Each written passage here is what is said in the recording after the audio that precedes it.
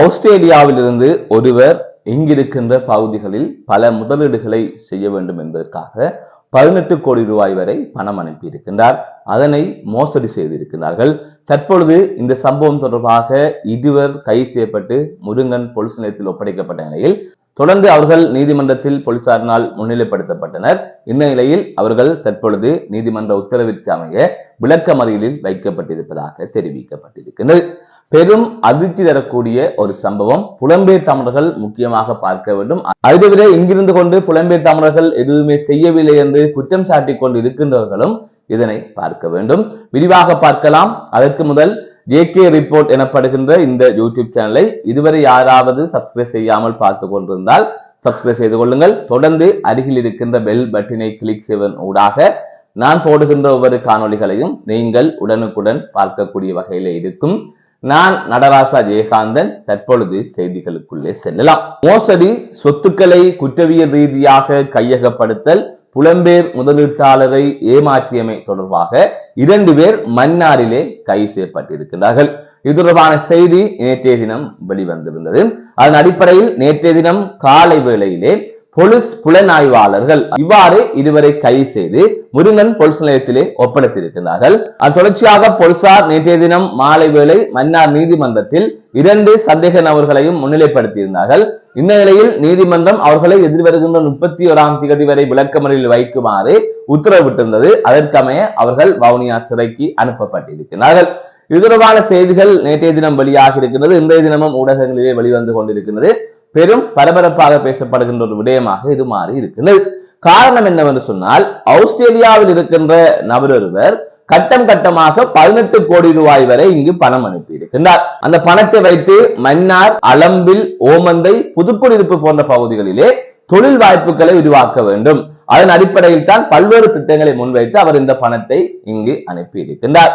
அதிலே பண்பொருள் கடைகள், பால் பண்ணை, வயல்காணியை கொள்வனவு செய்து வேளாண்மை செய்தல், வாகனங்கள் எடுத்தல், இவ்வாறு பல்வேறுபட்ட விடயங்களுக்காக அவர் 18 கோடி ரூபாய் வரை பணம் அனுப்பியிருப்பதாக தெரிவிக்கப்பட்டிருக்கின்றது.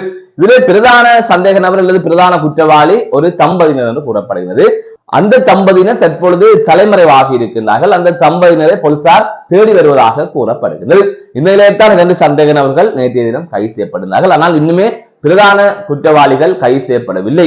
வெளிநாட்டில் இருக்கின்ற, அதாவது ஆஸ்திரேலியாவில் இருக்கின்ற ஒரு நபர், நல்லுள்ளம் படைத்த ஒரு நபர் இங்கு மன்னார் மாவட்டம், வவுனியா மாவட்டம், முல்லைத்தீவு மாவட்டத்தில் தொழில் வாய்ப்புகளை வழங்க வேண்டும், அங்கு நான் உழைத்த பணத்தை இங்கு அனுப்பி இங்கு ஒரு தொழிலை செய்ய வேண்டும், அது இங்கிருக்கின்றவர்களுக்கும் பயன்பெற வேண்டும், இங்கிருக்கின்ற வறுமை மக்களுக்கும் ஒரு வேலை வாய்ப்பு கிடைக்க வேண்டும் என்கின்ற ஒரு நல்ல எண்ணத்தில் இந்த விடயத்தை செய்திருக்கின்றார். ஆனால் அவர்கள் மோசடி செய்திருக்கின்றார்கள் என்பதுதான் தற்பொழுது சொல்லப்படுகின்ற தகவலாக இருக்கின்றது.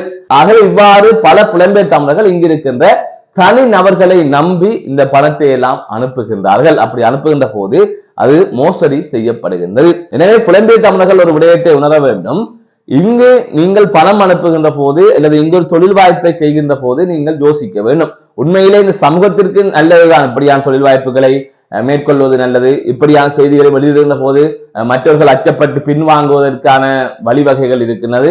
நிச்சயமாக முதலிட இருப்பவர்கள் கூட யாரையும் நம்பி முதலிட மாட்டார்கள். அவர்கள் பின்வாங்குவதற்கான வாய்ப்புகள் இருக்கு. இந்த செய்தி என்பது மிக பெரும் பாதிப்பை இங்கு ஏற்படுத்தும். இங்கு வருகின்ற பல முதலீடுகள், அதாவது அவர்கள் நேரடியாக வர முடியாவிட்டால் யாரையாவது வைத்து செய்வோம் என்று நினைத்தால் கூட பலர் இந்த முயற்சியை கைவிடுவார்கள்.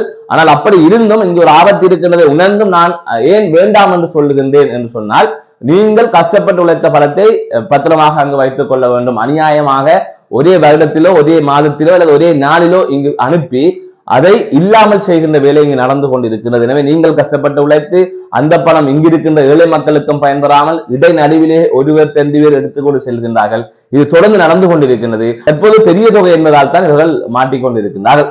ஆகவே இது தொடர்பாக நீங்கள் கொஞ்சம் யோசியுங்கள், இது தொடர்பாக சிந்தியுங்கள். எவ்வாறு நீங்கள் இங்கு முதலீடுகளை செய்ய வேண்டும் என்பது தொடர்பாக கொஞ்சம் ஆழமாக ஆராயுங்கள். ஒரு முதலீடுகளை செய்வதாக இருந்தால் நீங்கள் நேரடியாக இங்கு வந்து செய்துவிட்டு செல்லுங்கள். அதை தவிர இங்கு ஒரு குழுக்களாகவோ அல்லது ஒரு நிறுவனமயமாக்கப்பட்ட ஒரு வரையறையுடன் இந்த முதலீடுகளை நீங்கள் மேற்கொள்ள வேண்டும். அதுதான் பாதுகாப்பானது. உங்களுடைய பணத்துக்கும் பாதுகாப்பானது. அது உங்களுடைய நோக்கம் இங்கு இருக்கிற ஏழை மக்களுக்கான வேலை வாய்ப்பும் கிடைக்கும் என்பதில் மாற்று கருத்து இல்லை. ஆகவே இதற்காக நீங்கள் பின்வாங்க வேண்டாம். நீங்கள் முதலீடுகளை இங்கு செய்யுங்கள், ஆனால் அது சரியான முறையில் சரியாக பார்த்து செய்ய வேண்டும். ஒருவேளை உங்களால் இங்கு வந்து செல்ல முடியவில்லை என்றால் வெளிநாட்டில் இருக்கின்ற 4-5 பேர் இணைந்து இங்கு குழுவாக இணைந்து முதலீடு செய்ய வாருங்கள். அப்படி குழுவாக இணைந்து முதலீடு செய்ய வருகின்ற போது அந்த 5 பேரில் முதலீடு செய்த அந்த 5 பேரில் ஒருவராவது மாறி மாறி இங்கு ஒவ்வொரு காலப்பகுதிக்கும் வந்து செல்லக்கூடிய வகையில இருக்கும். அப்படி என்றால் நீங்களும் அடிக்கடி வந்து செல்ல தேவையில்லை. அப்படி ஏதாவது ஒரு வழிவகைகளை யோசித்துக் கொண்டு வாருங்கள். இங்கே பல பேர் மோசடி செய்கிறார்கள். தனி நபருக்கு பணம் அனுப்பாதீர்கள். தனி நபர் இங்கு ஒரு முதலீடுகளை செய்வார்கள், அவரை வைத்து ஏதாவது ஒரு பால் பண்ணி ஆரம்பிப்போம், ஏதாவது ஒரு தொழிலை தொடங்குவோம் என்கிற முயற்சியில் நீங்கள் ஈடுபடாதீர்கள். நீங்கள் அப்படி தனிநபராக ஒரு முதலீடு செய்ய இருக்கின்றீர்கள் சொன்னால் அதுக்கு பதிலாக உங்களுடைய உறவினர்களுக்கு ஏதாவது வாழ்வாதாரத்தை ஏற்படுத்தி கொடுங்க. உங்களது மனைவி வழி உறவினர்களாக இருக்கலாம், அல்லது உங்கள் வழி உறவினர்களாக இருக்கலாம். பலர் கஷ்டப்படுவார்கள், அவர்களுக்கு செய்யுங்கள். உங்கள் ஊரர்களுக்கு செய்யுங்கள். அவர்களுக்கு ஒரு 10 லட்சம் 20 லட்சத்தில் தனிப்பட்ட விதியில் அவர்களுக்கு பணத்தை கொடுத்து அவர்களது வாழ்வாதாரத்தை முன்னேற்ற பாருங்கள். எனவே அப்படி செய்தால் கூட அவர்களுக்கு பயன்பெறும். எனவே யாரும் தெரியாமல் அப்பாவிகளுக்கு செய்ய வேண்டும் என்று நினைத்து ஏமாறாதீர்கள் என்றுதான் சொல்ல வேண்டும். அதேவேளை இங்கிருக்கின்ற தமிழர்களுக்கு சொல்ல வேண்டிய விடயம், எவ்வாறு அங்கிருந்து முதலீடு செய்வதற்கு தயாராக இருக்கின்றார்கள், இன்று எத்தனை கோடிகளை கொடுத்திருக்கின்றார்கள், இப்படி மோசடி செய்திருக்கிறார்கள். ஆகையால் நீங்கள் கொஞ்சம் யோசிக்க வேண்டும். நீங்கள் முதலீடு செய்ய வருகின்றார்கள் இல்லை, இல்லை நாங்கள் கஷ்டப்படுகின்றோம், யுத்த காலத்தில் வெளிநாட்டுக்கு போனவர்கள் இங்க இருக்கின்றவர்களுக்கு ஒன்றுமே செய்கின்றார்கள் இல்லை என்று யோசிக்கின்றீர்கள். ஆனால் இங்கிருக்கின்ற உங்களுக்கும் ஏதாவது ஒரு வேலைக்கு போக வேண்டும் என்கின்ற யோசனை இல்லை. இங்கு நிறைய வேலை வாய்ப்புகள் இருக்கின்றது. அந்த வேலை வாய்ப்புகளையே மலையகத்திலிருந்து வருகின்றவர்களும் சிங்களவர்களும் வந்து செய்து கொண்டிருக்கின்றார்கள்.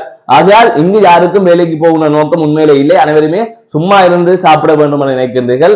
அதன் எதிரொலியாக பலர் என்ன வேலை வாய்ப்பை கொடுத்தாலும் செய்வதில்லை. ஆனால் அங்கிருக்கின்றவர்கள் நினைக்கின்றார்கள் இங்கு தொழில் வாய்ப்பை ஏற்படுத்தி கொடுப்போம் என்று.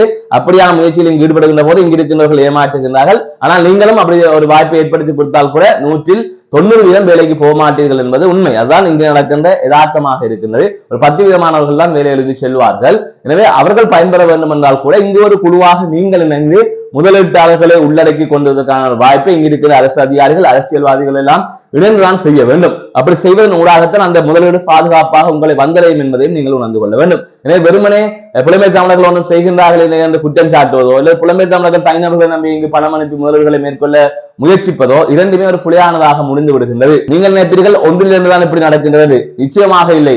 நீங்கள் இங்கு செய்கின்ற இங்கு அனுப்புகின்ற பணங்களில் 99% மோசடி செய்கின்றார்கள் என்பது உண்மை.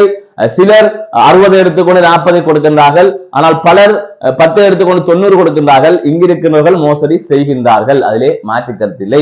ஆகையால் அதற்கு இடம் அளிப்பதும் நீங்கள் தான். பலர் கஷ்டப்பட்டு உழைத்து வைத்திருந்த பணத்தை எல்லாம் இங்கு இப்படி மக்களுக்காக கொடுத்து ஏமாறுகின்றார்கள்.